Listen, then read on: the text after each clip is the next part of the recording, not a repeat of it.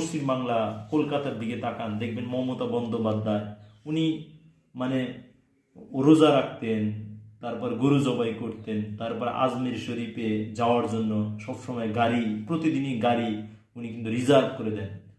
এটা কেন করেন? এটা শুধুমাত্র মুসলমানদের ভোটটা নেওয়ার জন্য, কারণ উনি রাজত্বই করতেছেন মুসলমানদের ভোট নিয়ে।